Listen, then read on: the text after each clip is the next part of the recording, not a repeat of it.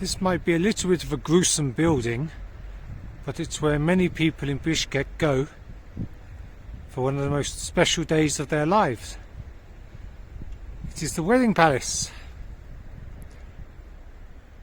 In fact, I also was planning to get married there, but I wasn't able to because they only accept Kyrgyz nationals.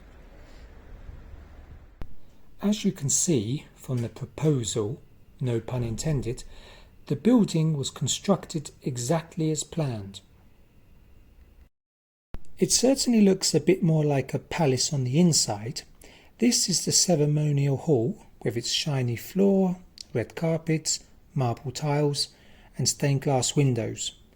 Normally such works of art would double up as propaganda, but here they resisted the temptation, although you can still spot a little hammer and sickle.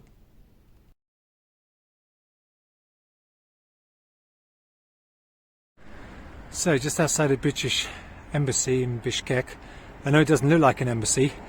If you look carefully of those flags there, you can see the British one, second one there, as well as other flags. The British embassy only actually opened here relatively recently in 2011, and that's why I guess they haven't got their own building. And also it's there's not many staff here, it's a small one, so I guess they don't need their own space, so they just share with some of the other embassies.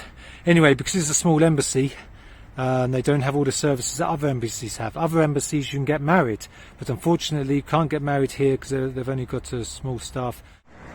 So you've got a wedding boutique here.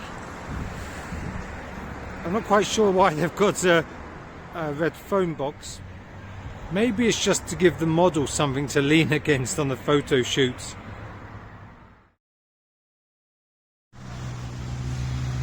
At weekends you always see wedding groups here on this big square,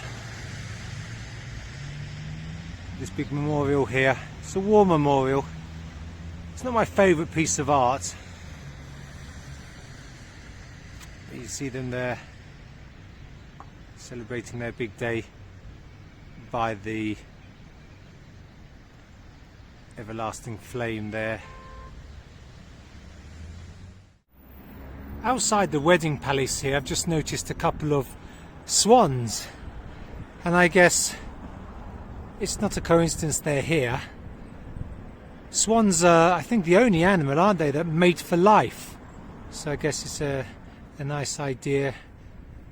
And also, if they put their two heads together like that, it kind of creates a heart as well. Back at our friend at Dastug again, or as it is in English, Friendship Hotel. And here is where events such as wedding banquets take place. Here's a photo I took from the inside.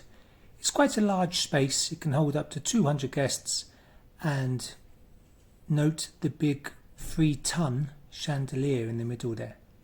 It would seem to me that weddings here are pretty similar to weddings in the other parts of the ex-Soviet Union, but perhaps with a bit of local tradition involved as well. A small wedding group here who would have just come from the wedding palace, which is actually just around the corner.